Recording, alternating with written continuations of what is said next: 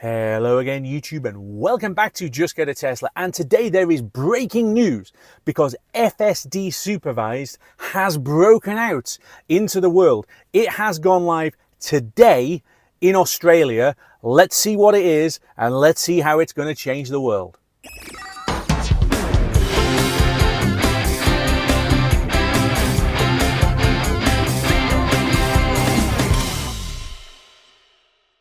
So the breaking news, FSD Supervised has escaped from its North American prison out into the wider world. Yes, I know there is a ring-fenced version in China, but the mainstream FSD release is now available for the first time outside of North America. And this is huge news because Tesla is all about automation. It's literally bet the value of the entire company on automation. And outside of North America, we get dumb autopilot, which is rubbish. It is not as good as the systems from BMW and Mercedes and Volvo, etc. It is just not good enough here in 2025, and it's getting worse. But the good news is soon we'll be able to throw that system in the bin and go over to the goodness of FSD. So here is what's happening. FSD version 13.2.9 is now rolling out to selected users in Australia. I'd love to know how they've selected the users. One of them at least is a YouTuber and some are car journalists. Anyway, the point is it's rolling out. And this is the same version that's currently on hardware 4 cars in America. So there was some debate. Are we going to have a different version of FSD for right-hand drive markets versus left-hand drive markets? And the answer is no. No, we're not. It's the same one.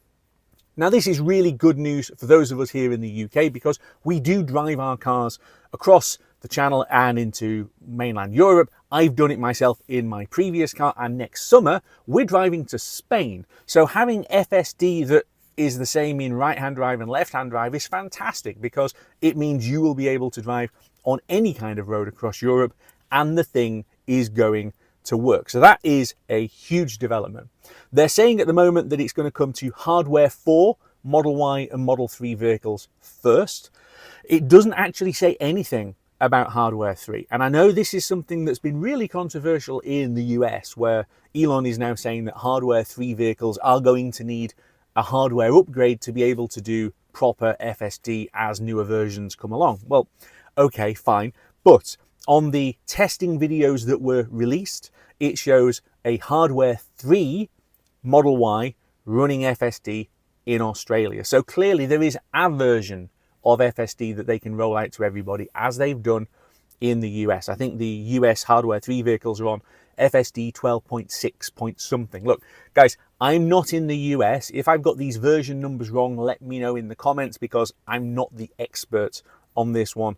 I'm really not. The point is that although they're saying hardware 4 and hardware 4 and then hardware 4, hardware 3 must also be following. So for those of you who've got a hardware 3 car and are thinking, am I going to miss out? You might miss out on newer versions of it, but I don't think you're going to miss out in total. Tesla are also saying that every new Tesla sold in Australia is going to have a 30-day free trial of FSD because clearly they want to get people using it. I've read that I think it's 50% of Tesla owners in North America haven't used FSD, which seems bizarre, but then again, maybe they don't quite understand the software or they think they're scared of it or whatever. I don't know. So Tesla clearly need to push this and push this hard. It's $10,000 in Australia if you want to buy FSD, which is a lot of money in any currency. In the US, it's $8,000 US, but they have got a subscription model, which at the moment, as I'm recording this, is $99 a month. Well, $8,000 divided by 99 is 80 months. So you've got to have the car for an awfully long time to pay more on the subscription model than you have buying it, which seems like a no-brainer if they're then going to roll that out everywhere else. So look, this is genuinely huge news because automation, automated driving is going to be the thing that Tesla say will change the world. And you know what? I remain a bit of a skeptic. I really am. But I do want this to work. And I've got a hardware for Model Y Juniper. I've got a YouTube channel. And the second that this drops in the UK, providing that they don't ring fence it to certain people and I get my wrist slapped, the second it drops in the UK, I'll have it on this car, I'll be putting videos out, I'll be live streaming it, the whole shebang. And I know I won't be the only person, right? So please, Elon, take my money. Please take my money. Anyway, what we're going to do now is we're going to have a look at a video of FSD supervised rolled out in Australia literally overnight. So what I'm going to do is watch this video from Car Sales Australia and react to it. I'm going to give you my live reaction as I watched this for the first time. I watched the first minute of it and thought, I've got to do that. I don't normally do reaction videos, but hey, this is genuinely breaking news and this is huge. So let's get on with it. Whoa, whoa! What's it just went the wrong side of a traffic island. Oh, but for some reason we're just slowing down here. I don't know why. It has suddenly... randomly slowing down I'm used to on base autopilot. And it's trying to slow me down on a freeway. Tesla has gone and dropped the bombshell we were all It's a bombshell, all right. earlier than most expected. It is introducing full self-driving, supervised in brackets, to its range, and this, Australia and New Zealand, is the first right-hand drive market in the world that is receiving it. But hopefully not the last. But even more exciting than that is I'm going to actually try it out, not in the confines of a lovely, safe driving centre like this, but we're taking it out on the public road. Okay, so when I want to go, all I do is I hit navigate. He's got his camera at an interesting location in the car. Foot off the brake, brings up a little blue Tap the blue bar. button, says start full self-driving supervised, Oh. press and hold. And off he goes. I can't wait to do this. We're away. Oh, it cuts it pretty fine to other cars. So here we are, we're just in a regular little car park. That's really quite tight, actually. I've been in car parks like that. That's what I would be doing as a driver. This. Is he wearing like Meta glasses or something? That's really cool. How do I get some of those? To the public road. So here we go. Traffic in two directions. There's a Mercedes coming in that direction, but it chose that was safe enough, and it was. And we are away. We are out in the wild on the public road. Oh my God. It feels very strange. Straight up to 50 kilometers an hour. It feels confident. It feels like it's got this. And Okay. I kind of believe it has.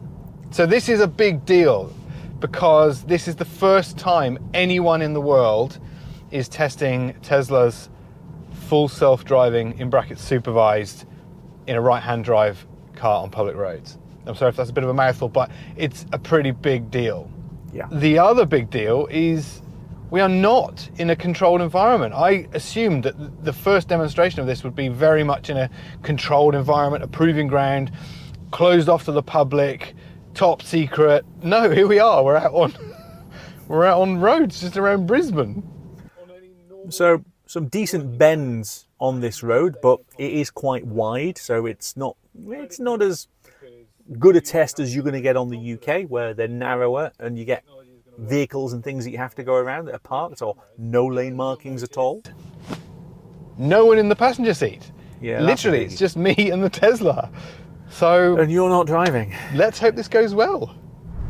All right, Now coming turn up to left onto Sensational Griffith Drive. there we are. It applied the indicator. We've come to there's no traffic around. Pretty easy one for it to deal with, but it's this bit again. You see the keep left arrow. How can the cameras see the keep left arrow and then go right? Oh my God. I mean, why doesn't it do it here as well? But look, really poor markings on that bit, and it's kind of gone through it, but we just saw it go the wrong side. Autonomous Tesla doesn't do anything wrong, you know, that's not going to get any clicks, is it? But as soon as this thing takes out a cyclist, When it kills somebody, it's going to be a mess. And I know people kill people in cars far more frequently than Tesla will, but it's going to happen. increase. a lot more variables as soon as you start throwing human drivers into the mix. Yep. And lots of cars. And that's what we're encountering here. Bit of traffic, roundabouts, junctions. It seems to favour a middle lane wherever it has the option. I bet it does. I know a lot of human drivers that favour the middle lane, regardless of traffic. Hazards, or it can respond quicker to getting in another lane. But where it only has a... What I like about this test, though, is this is real world. This is not just going up a motorway or you know, a relatively wide street. You know, he's going on some back roads. He's going on some narrow roads. The lanes were quite narrow there as he was going through it. A couple of drivers on roads I see every day, braking early, watching up ahead, responding early to conditions, not leaving stuff to the last minute. This, dare I say it, this is a better driver than some examples I see on the roads every day. While we're cruising in some stop-start traffic, it's probably a good time to talk about some of the things we don't know about this system now. Tesla's being very coy on details. In fact, they made a point in the press conference and the presentation today of saying there will be no Q&A. We don't want any questions at all. Just get in the car and experience it. Okay. Perhaps that's just because they want to maximize the time we are in the car and enjoying the system, or perhaps the skeptic in me thinks there's some difficult questions to answer that they're not quite ready to yet. And one of those, of course, would be, where's the legislation? At the moment, it's technically illegal to drive an autonomous car on Australian roads. Now, the legislation is coming along. There's various departments working on it. But Tesla is keen to make a point that They're this is rolling not it an out. autonomous car. It is full... They're rolling it out. Assisted. It's level 2. So in the scale of autonomous driving, level 5 being the ultimate, hands-off, car can handle everything. Tesla is claiming this is only level 2. Well, it is only level 2. It requires the driver to do a majority of the monitoring. Well, so quite where we monitoring. are with the various legal bodies and the legislation surrounding what this car can do, we don't really know yet, and that will no doubt come out. So is it going to to indicate and across? also exactly No, how this is we going don't to be see that. introduced is still not widely known. Now, Tesla does say that you can go online and click a box and it will introduce, for a fee, the technology to your car, but we don't know exactly which models will be able to do that. Well, we and do. how quickly Model that Y, will take Model place. 3, But hardware as 4. Tesla demonstrated with EVs, back when it started doing EVs, it has to prove the technology works first, and then the legislation and the demand and all that will Yeah. hopefully follow. Tesla is kind of taking the same stance again. It's going out there and proving the technology works, and then hopefully the legislation will follow. Just like it did with electric vehicles. It proved the problem was not in the technology or the vehicles, it's in the infrastructure. But this is the the problem sales that and I've got demand and people's with attitude towards them, and that is the way changing, that I we think. have dumb But autopilot frankly, at the that moment, was and that it has same got will happen with- significantly dumber recently. It really doesn't help the legislators And when frankly, I people think like exactly me the same are will saying, happen hey, with this is self-driving junk. technology and Because at the ultimately moment, autonomous it's just technology. turned to junk. That really This doesn't help. vehicle Tesla is needed to proving have that given we us are the not best that far away from system it. that's legally In a possible real-world so that sense, we can doing then get the job of a better version. driver. And I'm here to back it up, but it is staggering and really frankly impressive just how close we are to self-driving cars on our roads. Good. Potentially tricky situation. There's a merge. So this requires a certain level of courtesy and politeness. It's fine. It's just zip merged. I'd say it's actually As you're got supposed a to. decent level of both. It's got a nice balance of politeness and aggression. Oh, but for some reason we're just slowing down here. I don't know why. It has suddenly... I'm going to There's have a to truck behind override. him. I don't know what it did then. It just pulled to the left and... Yeah, that was Phantom braking, Okay, boys so and I've had to girls. take over Phantom driving braking on FSD. It thinks there's a 30km/h limit, and it had just stopped driving Okay. at the speed limit, which is a freeway, and I have no idea why. I'm going to try and restart autonomous driving now. That's not great. Okay, it seems to have sorted itself out, even though it's still saying it's a 30km limit. But that was a bit concerning because we were coming onto a freeway, which is 90, it says. Now it's recognised that. Yeah. But it didn't. It pulled over to the left. There was a truck behind me, and as you probably heard, the truck beat me, as I would. I bet it did. Human driver. If someone isn't speeding up to freeway speeds, that could potentially cause a hazard. Well, it could cause a crash. I mean, let's be brutally honest. It's not cause a hazard. He is the hazard. FSD there was the hazard. To sort out. And I know if I put that question to Tesla, they'd probably say, yeah, it's beta testing, we're refining it. Beta testing. It's always beta testing. The skeptic in me would probably say, well, isn't there always going to be situations where it kind of flips out and doesn't really know how to deal with the situation? The way this system works is actually quite interesting. It has an array of cameras all around the car, and that is quite unique to Tesla's system. It doesn't really use any LiDAR or radar. It's exclusively a camera-based monitoring system. And it takes information from its surroundings and works out its entire world. And one of the guys from Tesla used a really interesting analogy. They said when you come into the room for a meeting, even if you've never been into that room before, you'd look around, you'd see a table and some chairs, and you'd know that if you're going to have a meeting, the chances are you need to sit down on one of the chairs at the table. Well, that's exactly what this car does every day when it's out on the road. It doesn't matter if it's not driven that specific road before, because it knows what it's looking for. There's white lines, barriers, other road users, pedestrians, cars, hazards. As long as it... And here we go, look, back to 60 again. Why? There's nothing to say we need to be doing 60, so I'm going to have to override and tell it. And that's why it's FSD supervised. It's not a 60 limit, this is a 100 limit. And it's trying to slow me down on a freeway. 3. I really haven't seen this before. This is the first time I'm watching this and I'm reacting to it live. Tesla has the information in its database. As long as it can look around and see things it recognizes, it's always going to be able to interpret its surroundings, hopefully safely. My concern is what happens when it meets something it's never seen before. Like, what if it's never seen a kangaroo? I wonder if it knows how to deal with one of those. That's actually not completely a stupid thing to say. One of the car makers that was dealing with its autonomous technology, autonomous emergency braking, I think it was Mercedes, actually had quite a lot of problems with kangaroos because they're so unlike any other animal. It thought it was much closer to the car. Anyway, they solved the problem, and I wonder if Tesla has had to deal with similar problems. Right, time to leave the freeway. In 200 meters, enter the roundabout and take the second exit. Roundabouts. It knows exactly what to do. It's telling itself its own navigation instructions, and then it's doing them. Good. So it's slowing down nice and smoothly. Honestly, there's a lot that some human drivers can learn from the way this Also, car- there's no centre lane marking, but it's positioned itself on the left, which is good. It's not trying to straddle the middle as sometimes dumb autopilot does with me. And also, when there's a lot of traffic around and people hustling for places on the freeway, or it can be slightly aggressive as well. And I don't know whether that's admirable or terrifying. The idea that an autonomous or semi-autonomous Now enter the vehicle roundabout and take the second exit. is in some way aggressive or a bit assertive is probably the more accurate word. Ooh.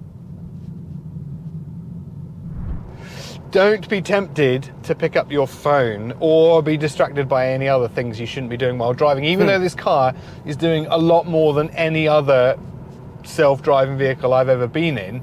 It doesn't mean you can do some of those things. It's still very illegal to pick up your phone, and it's still very stupid to allow yourself to be distracted by pretty much anything else in the car. So although this car is very impressive and handles a lot of stuff while you're driving, it can't and won't do everything.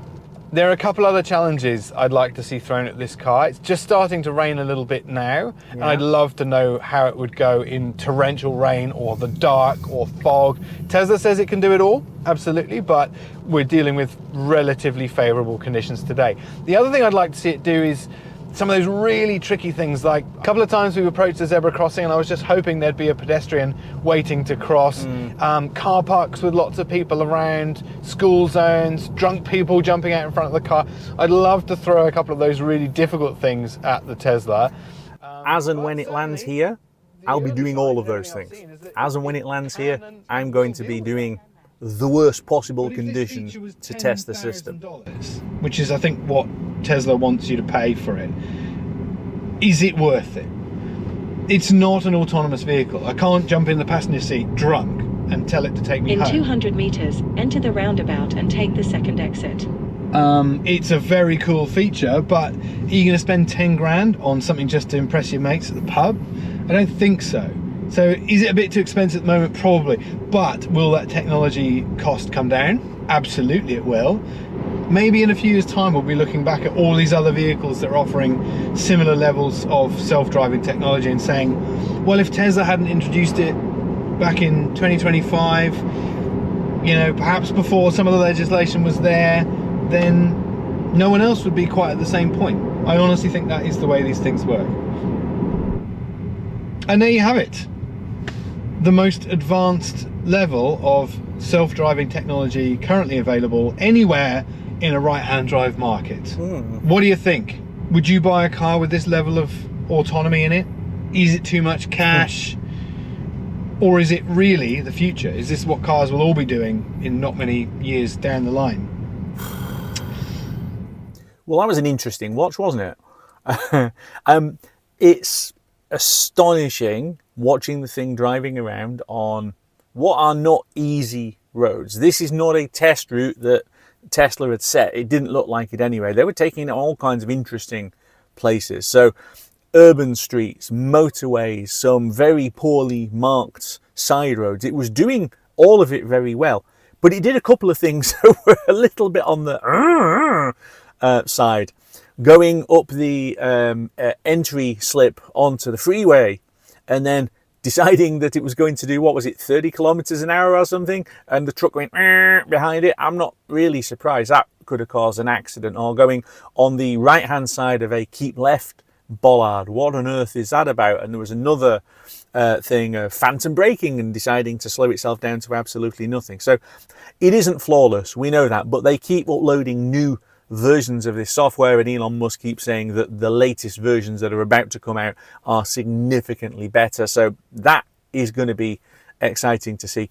What does this mean for us in Europe? And look, I know I have people watching from all around the world. If you're in America and Canada, this is the level of excitement that we've got at something as simple as FSD that you've had for ages, because our autopilot is rubbish, right? That's why we're excited. Australia, are you going to be buying this now? New Zealand, are you going to be doing it? Or are you on a hardware 3 vehicle and thinking, oi, why can't I have it? In Europe, they have been testing it across a number of different European countries, including the UK, and they appear to be using the Netherlands as the Trojan horse, effectively. So you've got the UNECE regulations. These are the global standards which everybody adopts to a certain level, with the exception of the US and Canada, as I understand it. But basically this is the global vehicle harmonization stuff.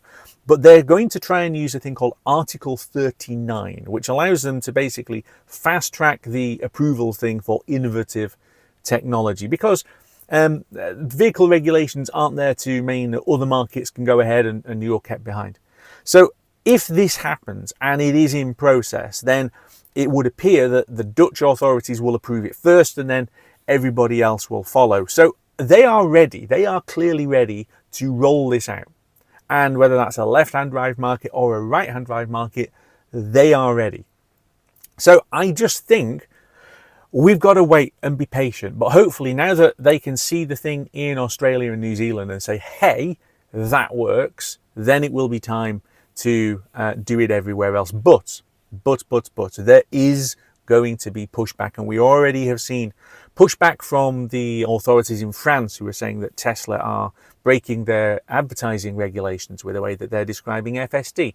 And we know that the Germans are not happy about a lot of this, because despite the fact that here today, dumb autopilot is not as good as BMW and Mercedes and so on, those guys know that FSD is leaps and bounds better than anything that they've got. So of course they're going to try and lean on the regulators to protect themselves, because why wouldn't they? It's just business. But I am hoping that this rollout in Australia is going to demonstrate to them that FSD works, FSD is safe mostly, and FSD is something that unless they bring it into Europe, they're going to be left behind. Because this is the point. Peer pressure and FOMO, fear of missing out, If everywhere else starts to get it and Europe are going, no, no, no, no, no, then that's the point where I suspect it's going to happen anyway. So Australia getting FSD, huge, huge, huge, huge development. Let me know in the comments, what do you think? Would you pay, if we get the equivalent subscription model as America, it'd be £99 a month. Would you pay £99 a month, 25 quid a week, to have your car drive you to and from work? I suspect most people would say yes. And we're still going to get the fudders, fear, uncertainty, doubt brigade. Those people going, oh, I don't want that. I like my 20-year-old BMW. You know what? Go knock yourselves out. The rest of us, you can turn a commute to and from work into a time where you are a little bit more relaxed. And that, I think, is going to be something that people really will be willing to pay good money for. So that's my opinion. Tell me yours in the comments. Like and subscribe and hit the bell icon. Share this with other people who are skeptical. Look, this is not my video. Please go onto the Car Sales Australia YouTube channel and subscribe, as I have done, right? Top work, guys, for getting this out there. This is their video that I'm reacting to. You should go and check out their channel as well. Whether you're in Australia or not, I like the guy's style. He does good stuff. So there it is, FSD right-hand drive outside of Europe. Exciting stuff, and I will see you back here very soon on Just Get a Tesla.